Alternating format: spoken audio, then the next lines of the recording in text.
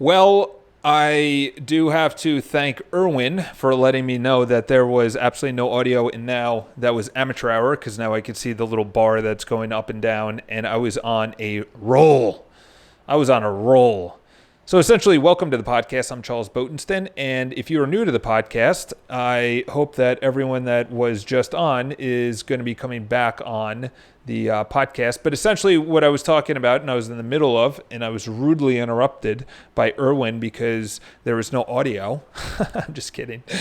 There's someone that I've been really listening to lately. So I've been really digging back into the older books, the ones that essentially started this new generation of self-development, self-help, personal development, whatever you want to talk about.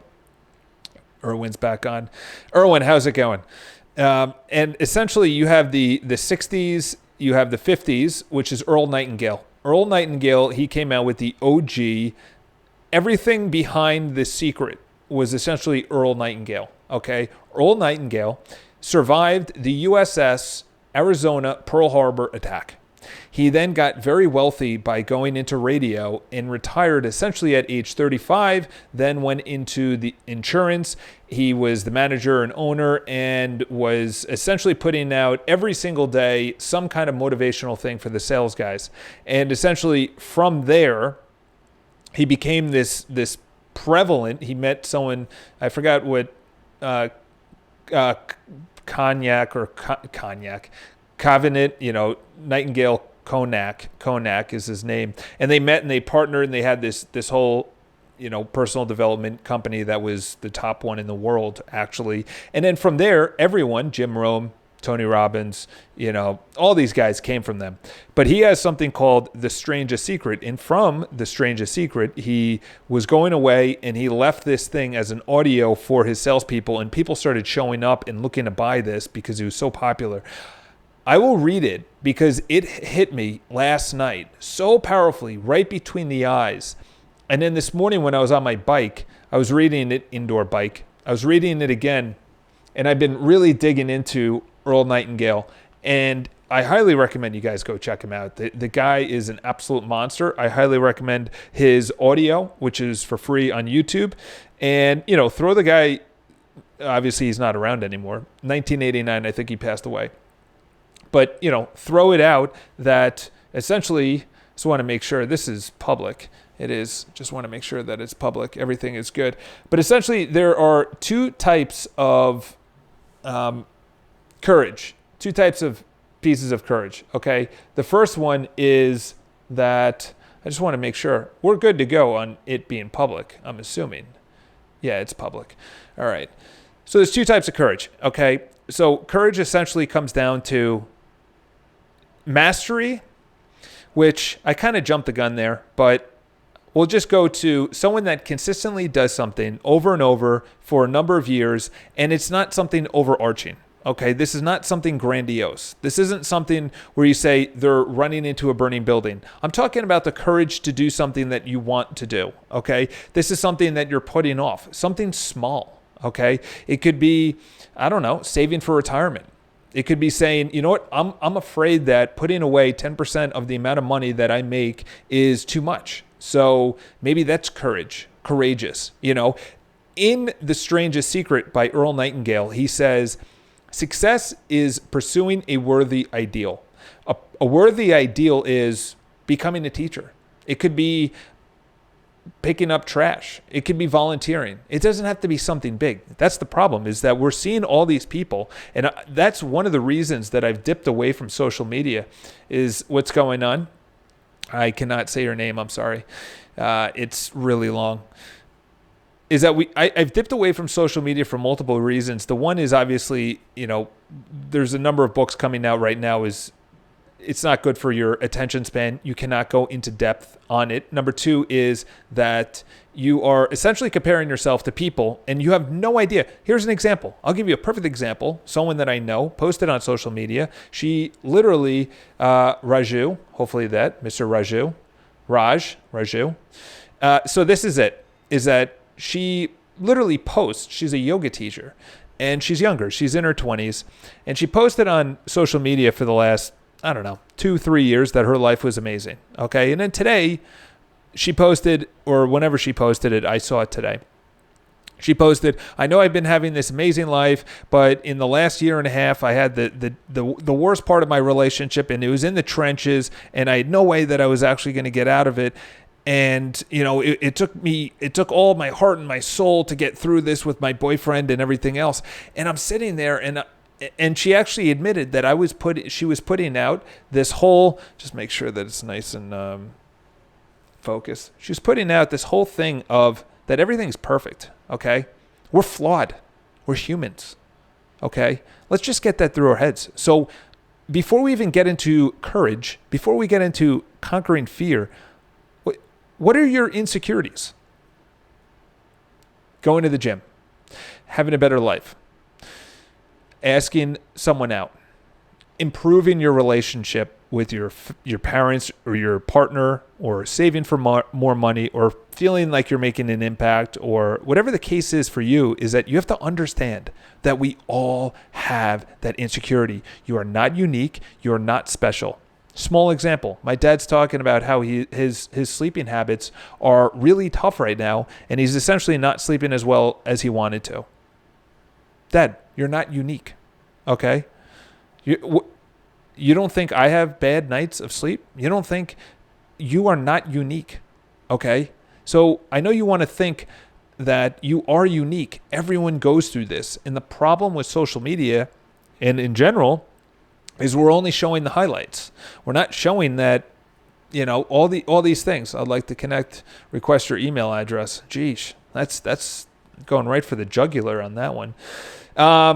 Prefer not to give out my email address. Just shoot me a Facebook message. That's the best way. I just replied to someone that shot me a Facebook message. So going into courage, there's two types of courage, okay? There's the repeated thing that you do that people see as courageous, okay? That courageous,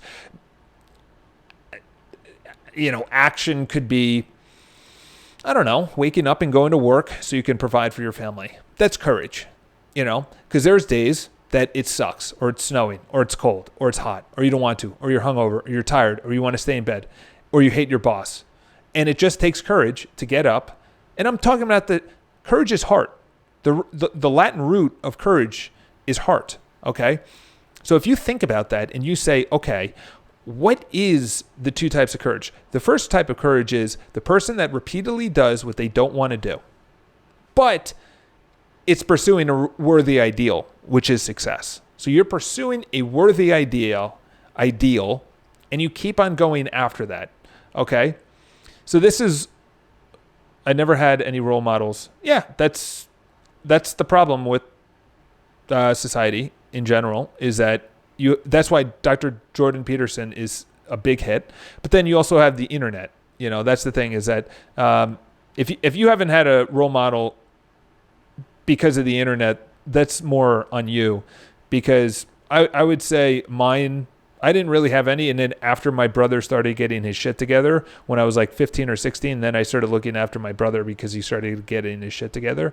But same thing. My dad was working his ass off. He was barely around. But I just saw him as a very disciplined figure. Since then, I now look around and I just say, I like this one person, what they're doing. I like that person, what they're doing. I like that person, what they're doing. This is the thing, is that courage isn't big. Courage is small. Okay? Courage repeatedly is something that you look at and you say, oh, okay, this is someone that has mastered it. And then we look at that person and we either elevate them in society, we put them on a pedestal, we say they're higher status, whatever the case is. Then there's the other type of courage. And that's the one I'm going to be talking about today. That's for us, the people that are younger. We have life in front of us, and we are pursuing something that we think is a worthy ideal, which again is Success by Earl Nightingale. And I cannot implore what I'm about to say to take it and run with it, to take it, and have a just rip off and duplicate, okay? And I've used this very consistently in the last month. Because it's gotten a lot colder. It's a lot harder to wake up and jump in a pool because it's cold out in New York City. It's high 30s and I know it's going to get colder and I'm going to have to rip off this Band-Aid every single time, but it's known as acceptance courage. I did not think of this. This is not an original idea, but take it. Acceptance courage means that you are essentially understanding that the next 1 week or 1 month or 1 minute or 1 year or 1 decade is becoming something that you want to become, and it will be challenging and you will not be good at it. That's essentially what it is. Yeah, I would say there's a lot of books on reprogramming your mind. I'm in the flow right now. Let me just finish this for a second. Is that when you wake up and that initial thought in your mind says, I don't want to go to the gym, or you go to work and you say, I don't feel like prospecting today, or you say, you know what? I don't want to email that client, or I don't know how to follow up with that client, or I don't know what to say to that person, or I'm doing something a little bit different and no one else is doing this. Someone was following around Gary Vaynerchuk with a freaking camera. Who the hell? Now it's standard. Vlogging was around, but not actually having a personal videographer following you around. The narcissism behind that is incredible. But the acceptance of courage, this is what you say to yourself. Well, I guess I'm going to do it bad, but you do it anyway. That's what I say when I don't feel like doing pretty much anything that I do, which is 80% of what I do, I pretty much do not want to do. And ironically enough, I don't think Elon Musk wants to either. Elon Musk, his thinking must be so extraordinary because he's probably thinking, you know what? This society is not running at tip-top shape. And it never will because we're flawed. We're humans. We're flawed. Okay. As Buddhism says, if you come from suffering as the core and you deal with it, because things are not going to go your way most of the time, whether you're not going to feel like it, you're not going to have the motivation. Someone is going to be saying no to you. Your relationship might not be ideal. In other words, most of the time, you're kind of just getting by. But the high of actually getting by when you are really pursuing what you should be pursuing and you're consistently doing that on a daily basis and you're tracking it and you're getting better, there is no better feeling. There is no better feeling. You cannot buy achievement. You can't buy the feeling of success. When you actually start to improve, when you accept that you are going to suck really bad at it. We had Eric, the guy that I make calls with. We call people that their home came off the market and we have their number and we're essentially cold calling. I've been calling for 1 week. That's it. That's not a long time. Eric started today. Okay. Yesterday he said he couldn't find his AirPods, blah, blah, blah. I don't think it's a bad excuse, but he said he was going to come in with negative energy. He was doing it for me that he didn't come in, and because yesterday he was supposed to start. This is the thing. I told him, I said, there's going to be one time that you're not going to want to come in. You're hung. Well, he doesn't drink, but you don't feel like it. Client says, go fuck yourself. You don't, whatever, some excuse. And this is the thing with the brain. The brain knows the top 3 things to make you not do what you want to do. It knows what buttons to push. This is the funny thing is. So if you wake up and you snooze your alarm and you're supposed to go to the gym, and in your mind you say, well, what about tomorrow? If you accept that as an excuse, your brain will use that tomorrow. Why? Because your brain doesn't want you to do what you should be doing. Your brain just wants to keep you safe. And it sees going to the gym, if you're not doing it consistently, as something that's unsafe because it's an environment you're not used to. You're not going to be able to control everything. And you're essentially going into some foreign land. Okay? That's what your brain thinks. Most people are not understanding that we are animals. So they think that society over the last 50 years was able to change millions of years of evolution through what we've essentially been, which was survival. Okay? So if you take this, which is the top I have never heard of anything that's better. Maybe someone has something that is better. But say there is an endeavor, and I highly recommend you start your endeavor, okay? The 100-day, right there, 100-day journal. And I still don't know what my 100-day goal is, but I know what my 2020 goals are, okay? They're not that extreme. I used to have big, overarching, extreme year-over-year goals, and then I noticed it's not going to come that way. I'm not going to just launch my speaking career to 5,000 people. It's going to start at a local event, a college, a school, and talk to 10 students, 5 people, something like that. And during that time, the first time I do it, I'm going to have to use what I'm talking about in this video, which is, this is going to be probably not the best speech of my life, but I know that if I pursue speaking, I'm going to get better. I'm going to understand how to understand the audience. Is it resonating? Do I need to change subjects? How's my body language? How's my storytelling? How's my voice inflection? There's so many things that goes into public speaking. Did I show up on time? Did I not bring the right material? Okay, is Q&A not going that good? Whatever the case is. But I'm going to use, I guess it's not going to be that good. But you do it anyway. You're not saying, I'm going to suck at it, so you don't do it. No. What I'm saying is you accept that you're going on a path of a worthy ideal, whatever that is for you. Approaching pretty girls to get into a relationship. Let me just riff on that for a second, okay?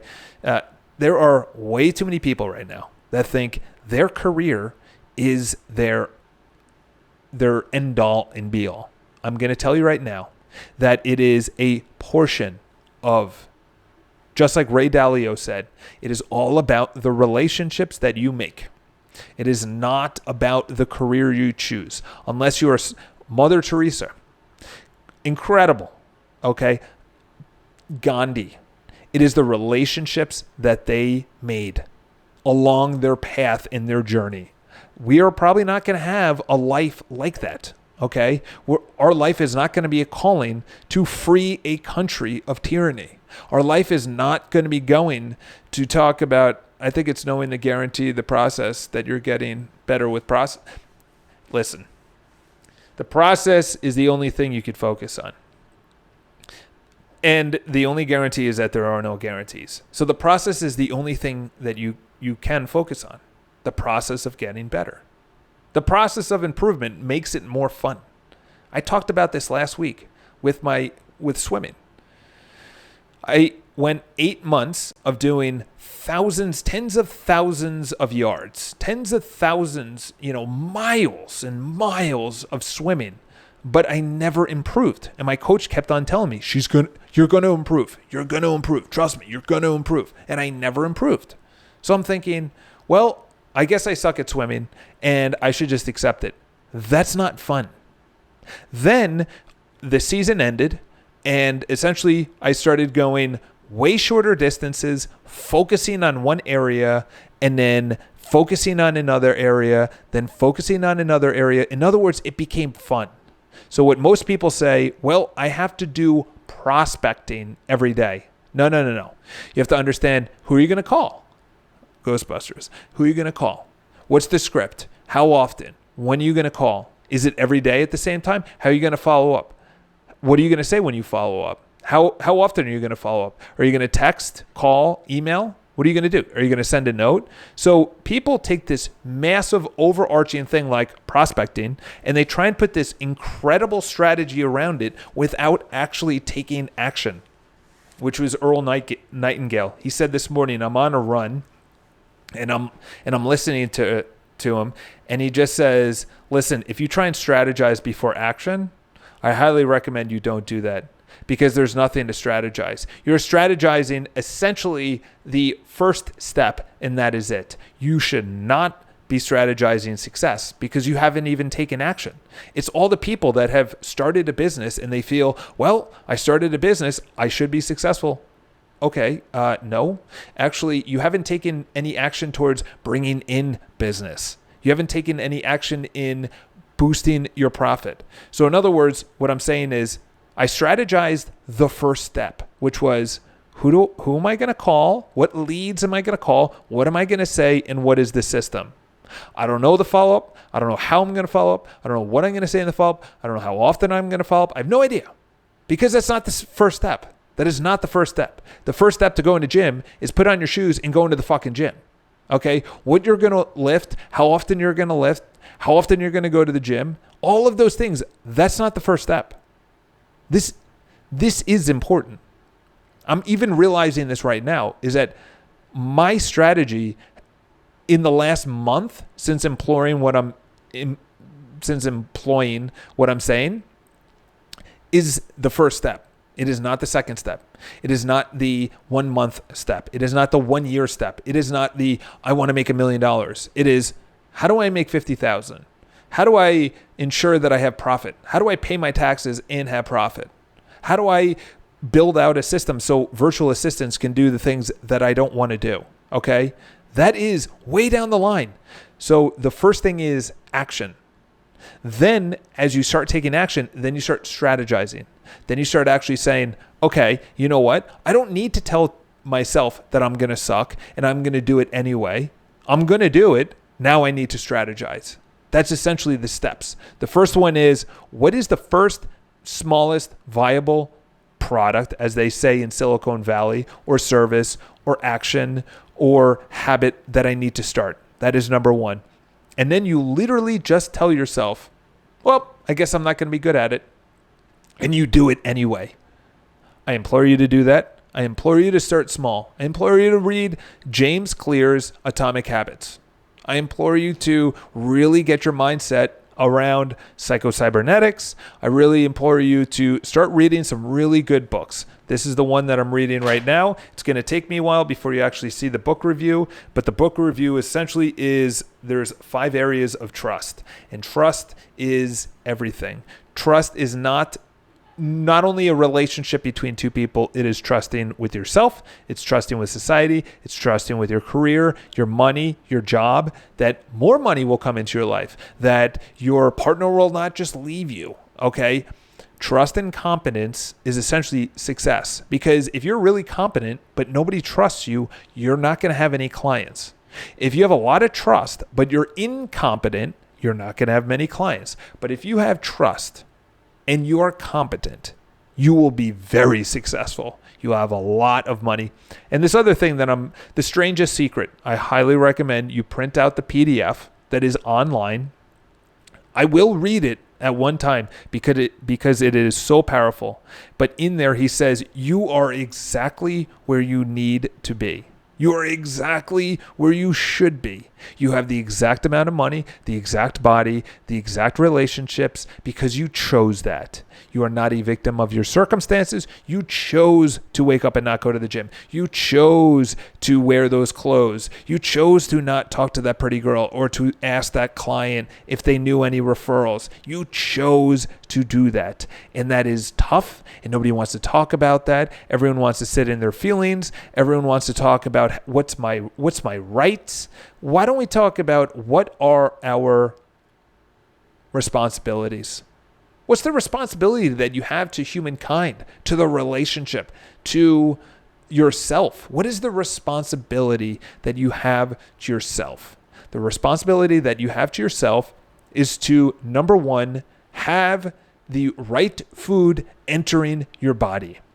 Number two, you need to have the right mindset. The mindset is calm. I would rather have someone that's calm and not stressed out.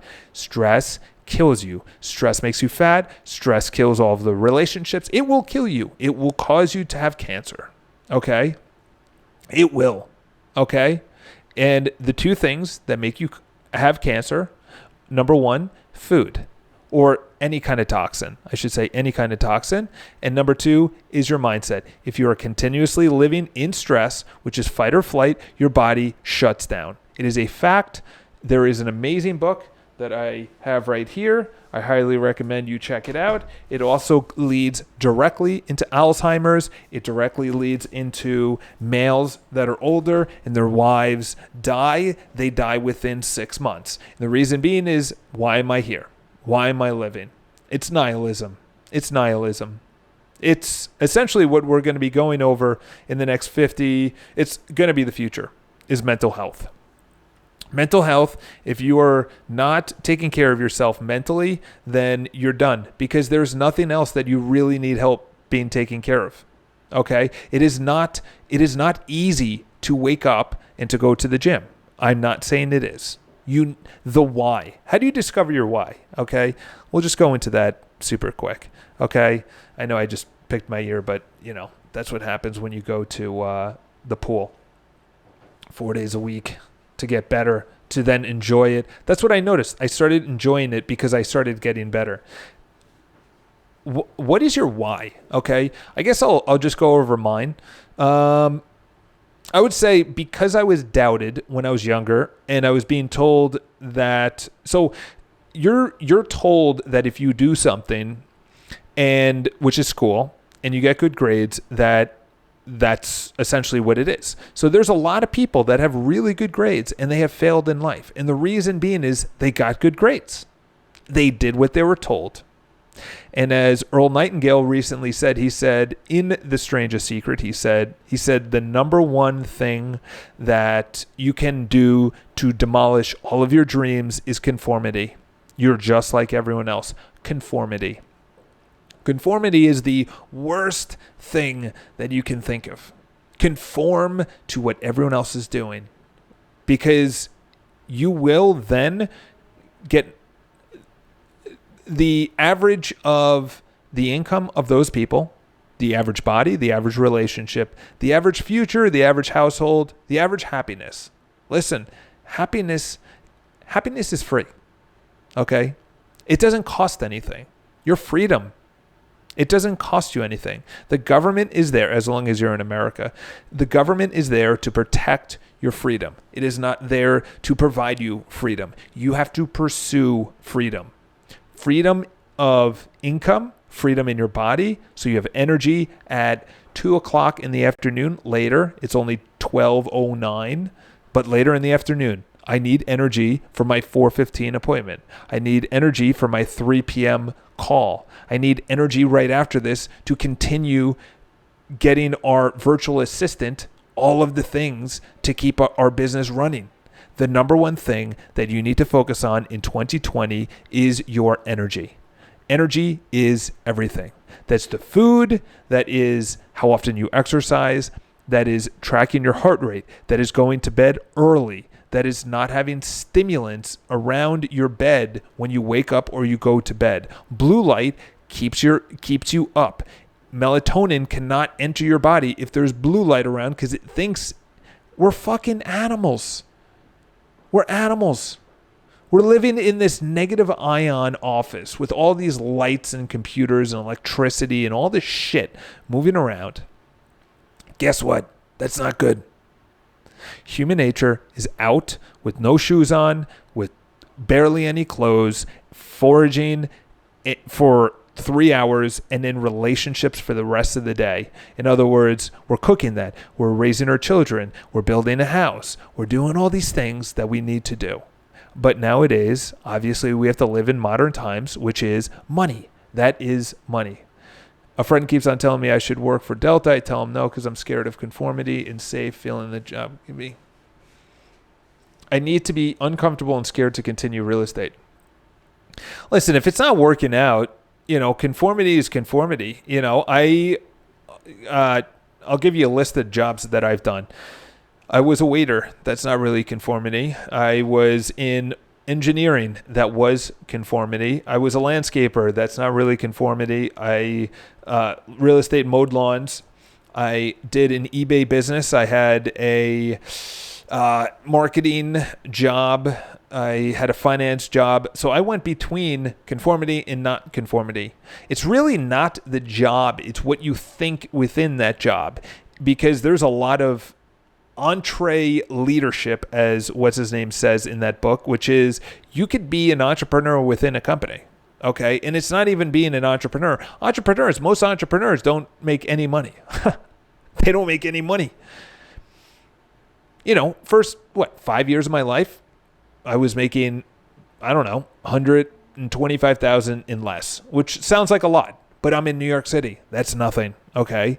But that's the thing, is that conformity is I'm doing the same thing, but I'm stubborn about it. Conformity is that I'm letting my ego dictate my life. My ego is I don't listen to other people, or I want to make this work out even though it's not working out, or I want to pursue a relationship with a partner. For me, the number one thing for 2020 is pursuing a relationship with women because, to be honest, I fucking miss it. Girls are great. They're beautiful. Okay. And for me to continuously wake up, go to the gym, make sales calls, and continue that path, I know I'm going to be successful in that. The thing is, if I don't make time for something, it's not going to happen. So for your courage, I cannot implore you enough. The most successful have done this. I have stolen it from them, which is every single day, not even every single day, just today. Just put everything away and just write down what's the number one thing? What is the number one thing in 2020 that I want? Okay. I just said it. For me, relationships with women. Okay. Whether it's multiple relationships, one relationship, I don't care. But for me, that's the focus. So it's very gray. I don't know how I'm going to get there. I don't know what I'm going to do. Do I time block and, approach pretty girls because I hate online dating? So that was a portion. Do I go out more? Do I hit up my friends and say, hey, listen, do you know anyone that's single? Those are all viable options. You talk to girls at the gym like I used to. Those are all viable options. Okay. But understanding that it's this one area. For you, it could be money or business, or starting to get back together with a relationship that you've pushed away in the past, friends or women or whatever. But you cannot fucking push your boat out into the ocean and expect it land at a destination without you being in the boat. Okay? That's kind of saying, go. And whatever happens, happens. Just go. I'll get my goal. What's your goal? Success and money and things. Okay, how are you going to do that? It'll just come to me. I'll just, every once in a while tune in. Charles would talk about it on Tuesdays. He's into it. I can't give you the consistency, which is essentially the 2020. It's right up there. I'll turn the camera around so you guys can see it. I don't know if that's showing up, but 2020, let's go. Let's see if this, right there, 2020, consistency and fundamentals. All right. So that essentially is the 2020 goal, is consistency and fundamentals. It is nothing more. It is nothing less. I understand that as you rise with money, fundamentals are the most important thing because shiny red balls are always there. Shiny red balls are always there. Oh yeah, by the way, up there, did you see it? That calendar? Okay. So that is one week into me making calls. This is what I did. I told you this. I put out a calendar and I said, okay, I'm doing 5 triathlons. I'm doing 2 work events, a Tom Ferry event and something called Optimize 2020. Highly recommend you go check that out. So that's 7 vacations. I then X'd off for Easter and Christmas and birthdays and all that other jazz. And I said, how many days am I going to prospect? It came out to 220 days. Okay. Out of a possible 227 days, I am going to prospect 220 days. I think I did just the weekdays. Let's hope so. I hope I didn't do weekends on that. I might have done weekends on that. That sounds like I've done weekends. I might need to recount that. But in other words, it's consistency. 50 dials. That is how you do it. Okay. I'm not saying you have to do it that, but honestly, buying a calendar and Xing off the dates and then saying, listen, I'm going to suck at this. But what is the number one step to what I want to achieve? Buying shoes and going to the gym? Okay, I'm going to suck at it. I'm going to look terrible. People are going to make fun of me. People are going to look at me weird. People are going to be judging me. That's all going to happen. Guess what? I'm making phone calls. People hang up on me. They say, don't call again. I'm on the do not call list. I'm going to blah, blah, blah, blah, blah, blah, blah. That happens all the time. Okay? So for you guys, the number one thing that I implore you to do is understanding what I just talked about, which is you're going to suck. You're not going to be good. It's not going to be fun. You're going to want to quit. You're going to want to stop. But guess what? When you do that, your ego wins. And guess what? When you do that, you then get mad. And guess what? There's something called the winner effect. There's a book about it. I highly recommend you do not buy the book. The book was a waste of time, to say the least. But the winner effect essentially goes into is that when a winner, they actually did this. It's insane. During the World Cup, like one of the World Cups, 2010 or whatever, I don't even know. But during one of the World Cups, they took the saliva samples of the two teams that were playing. The fans of the two teams that were playing, okay? Whoever it was. So Team A, Team B, okay? Team A won. So they took it before the match and then after the match. Team A had, once they won, their testosterone, which is known for bold and aggressive and confidence and things like that, skyrocketed. And guess what? Mother Nature wants winners to continue winning. Why? Because it's about procreation. So if you keep on winning, you should reproduce. Because Mother Nature says you need to continue reproducing. We want winners into the future. Guess what happened with Team B? Their testosterone went down and their cortisol, which is the stress hormone, shot up. That was from watching a sports game. They were not even playing in the sports game. That's crazy. So what are you watching? What are you doing?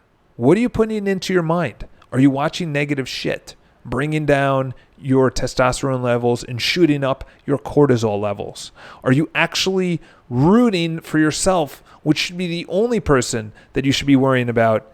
I'm a winner or I'm not a winner.